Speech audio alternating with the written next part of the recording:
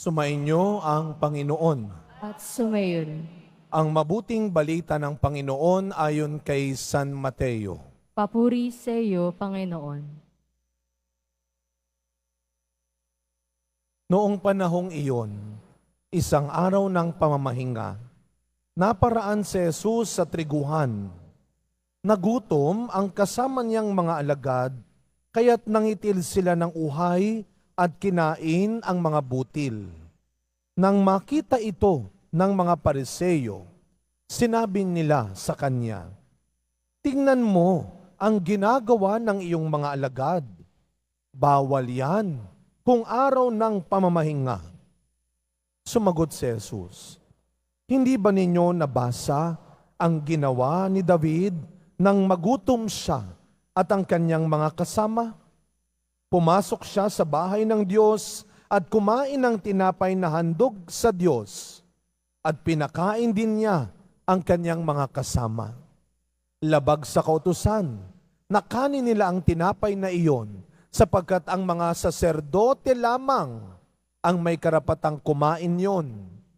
Hindi pa ba ninyo nababasa sa kautusan ni Moises na tuwing araw ng pamamahinga, lumalabag sa batas tungkol sa araw na ito ang mga saserdote sa templo, gayon may hindi nila ipinagkakasala iyon? Sinasabi ko sa inyo, naririto ang isang higit na dakila kaysa templo. Hindi sana ninyo hinatulan ang mga walang sala kung alam ninyo ang kahulugan ng mga salitang ito. Habag ang ibig ko, hindi hain. Sapagkat ang araw ng pamamahinga ay nasa ilalim ng kapangyarihan ng Anak ng Tao." Mga kapatid, ang mabuting balita ng Panginoon. Pinupuri ka namin, Panginoong Hesukristo. Magsiupo muna tayong lahat. Good afternoon po sa inyong lahat. Batiin natin ang mga katabi natin, good afternoon. At tayo po mga kapatid ay nasa araw muli ng ating debosyon, ang araw ng Biyernes, ang ating natatanging araw para sa ating mahal na pong Jesus Nazareno. Bigyan natin siya ng palakpak ng papuri at pasasalamat, mas malakas sa palakpak para sa Kanya. Alam po ninyo, sa darating na linggo, ang aming pong komunidad, ang aming simbahan sa Our Lady of Assumption sa may Leverisa, sa Malate, kami po ay sama-sama ngayon naghahanda ng mabuti at excited kami dahil last month, ang unang dalaw ng Nazareno. Ngayong linggo, ang unang dalaw at misa ng Nuncio. Si Apostolic Nuncio Archbishop Charles Brown ay magmimisa sa aming simbahan. No? Alas 10 ng umaga, kung kayo po ay may libreng oras, maaari po kayong makiisa sa aming pagdiriwang dun sa Assumption, sa may Malate. Hindi po yung Malate Church ha. Marami po nagpupunta sa akin, naiinis, sabi niya, "Father, nandito kami, wala ka naman." Sabi ko, "Nandito rin ako sa labas, wala kayo." Yung pala nasa Malate Church, iba ho yun sa aming simbahan. Ang Assumption ho ay nasa may Leverisa, o para mas mabilis, nasa harapan ng Manila Zoo. Yun ang aming simbahan. No? So sa linggo, darating ang Nuncio. At bahagi po ng liturhiya ay meron siyang krus na hahalikan. Wala ho kaming krus. Ayaw naman namin manghiram para meron kaming souvenir.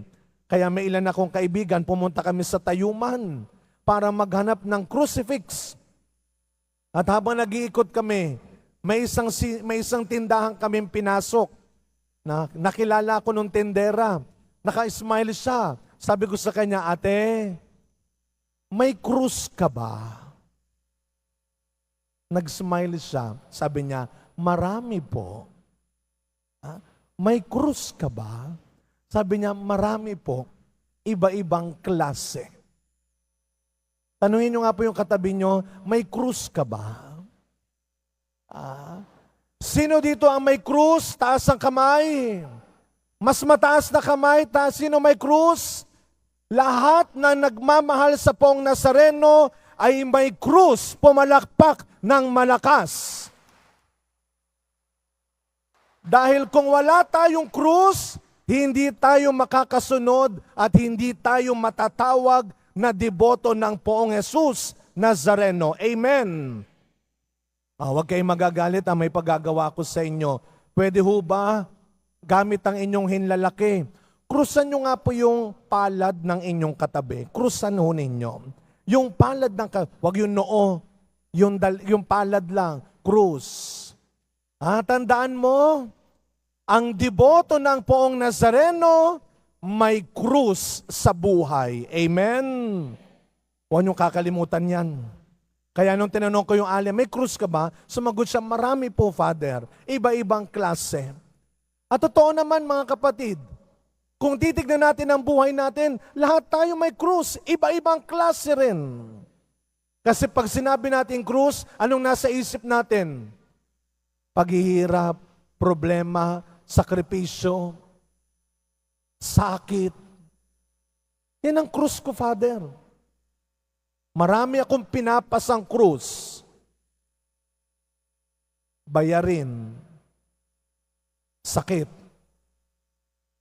problema sa mga anak, problema sa asawa, problema sa magulang ko, problema sa mga katrabaho ko, krus. At yun ang nasa isip natin. Pag sinabing krus, mga bagay na nagpapahirap sa atin, mga bagay na kumakawawa sa atin, mga tao na sumisira sa atin, krus.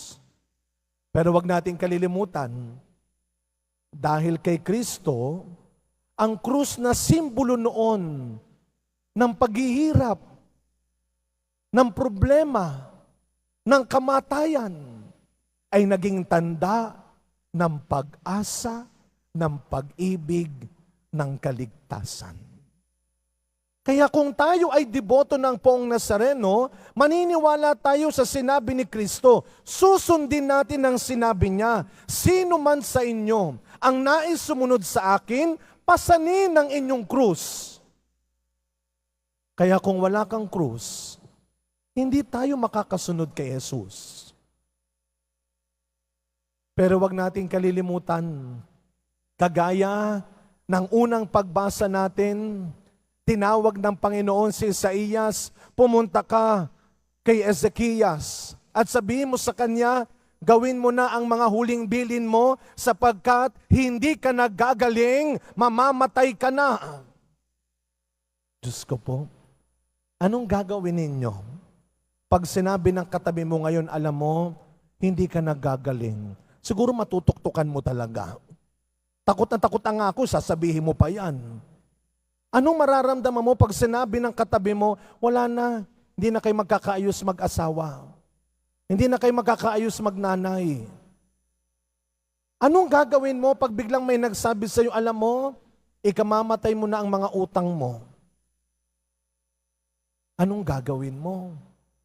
Pero, anong gagawin mo pag yan ang pinagawa ng Panginoon sa iyo? Bilang mga lingkod, bilang mga deboto, dapat nakahanda rin tayo na gamitin tayo ng Panginoon sa ngalan ng katotohanan. Kaya mo bang maging Isaías, nahaharap ka sa mga taong pinagkakautangan mo ng loob? Nahaharap ka sa mga taong ang taas ng tingin mo para sabihin sa kanya, mali ho yung ginagawa nyo eh. Nandadaya kayo. Kaya mo? Nakahanda ka bang maging Isaías? Pag sinabi ng Panginoon na kailangan mong sabihin sa kapatid mo, kahit marami kang utang sa kanya, ate, kuya, masama yung ginagawa mo sa asawa mo. Kaya mo? Dapat nakahanda tayo. Nakahanda tayo na gamitin tayo ng Panginoon.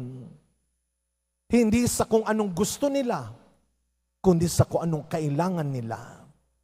Kaya nga sa ating ebanghelyo, nagulat ang mga Pariseo nang binali ni Kristo ang matagal na nilang paniniwala. Na hindi pwede yan sa araw ng pamamahinga. Tandaan natin mga kapatid, bago pa tayo makaranas ng pag-uusig, ng panghuhusga, ng pananakit, paninira, dahil sinasabi natin ang katotohanan, pinipili natin ang katotohanan, huwag niyong kalilimutan. Ginawa na yan sa ating Panginoon. At ang sabi ni Kristo, bago niyo pa yan maranasan, hinarap ko na yan, napagtagumpayan ko na yan. Kaya walang dapat ikatakot. Kung sa ngalan ng katotohanan, isa-isa kanilang iniiwan, kung sa ngalan ng katotohanan, hindi ka na nagiging mabangus sa kanila, hindi ka na nagiging magandang kasama, kung sa ngalan ng katotohanan, naiiwan kang mag-isa, yan ang akala nila. Dahil ang sabi ni Kristo, ako'y laging kasama ninyo hanggang dulo. Kaya manatili lamang tayo. At ito sana mga kapatid ang hilingin natin sa Panginoon, na araw-araw, huwag niyang hayaan na makalimot tayo na kailangan natin ng krus kung tayo man ay naghahangad na makasama si Jesus hanggang dulo. Ika nga, lagi ko sinasabi ito, kapag mabigat na, mahirap na, huwag mo sabing tanggalin mo na. Paano tayo tatawid? Ang sabihin natin, Lord, dagdagan mo pa. Hindi yung bigat, yung lakas, yung pag-asa. Kaya, wag na wag ninyong tatanggalin ang krus sa buhay natin. Hindi lang yung sinusuot nyong krus, hindi lang yung sinusuot nyong rosaryo, eskapularyo, nobenaryo, damit. Ano yung pinapasuot ni Kristo sa atin? Yung ugali niya. Always wear your cross, your Christian attitude. Sa pagkatapos ng pagninilay ko, hindi ko humapigilang hindi ikwento ito sa inyo. Nung pong Sabado, sa isa naming Don Rosary Procession, tuwing Sabado may prosesyon kami sa amin parokya. BEC, iba-ibang area ang amin dinadalaw. Prosesyon ng 5:30 ng umaga, tapos 6, misa sa iba't ibang barangay, tapos meron kaming simpleng almusal. Nung Sabado, doon kami sa along Quirino Avenue. Doon kami nagmisa. Habang nagmimisa kami, may puno doon, may isang batang lalaki nakatayo, may hawak na Santo Niñong maliit. Behave. Behave na behave. Yung pala kapatid siya ng isang sakristan. Pagkatapos ng misa, kami nag-aalmusal na, pandesal at kape. Alam niyo po yung habang nagkukwentuhan kami, yung bata nasa tabi ko, kung ano-anong kinukwento rin sa akin, ang dami niyang tinuturo, tinatanong, kaya nai-interrupt tuloy yung kwentuhan namin. Ako naman sasagot sa kanya. Maya-maya pa nakita ko, kinakalikot na niya yung suot ko. Yung botones, sabi ko, ano ba itong batang ito?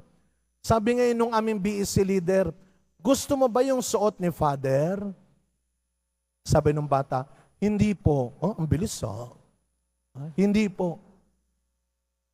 Gusto ko po yung ginagawa ni Father. Hindi yung suot, yung ginagawa ni Father.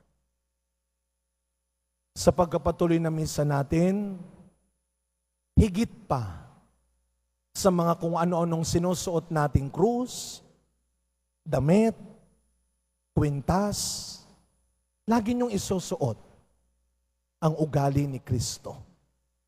Ang ugaling handang maging matibay, matapang sa ngalan ng katotohanan, sa ngalan ng kabutihan. Sabi niya, hindi hain ang ibig ko, habag. Always wear your cross, your Christian attitude. Amen.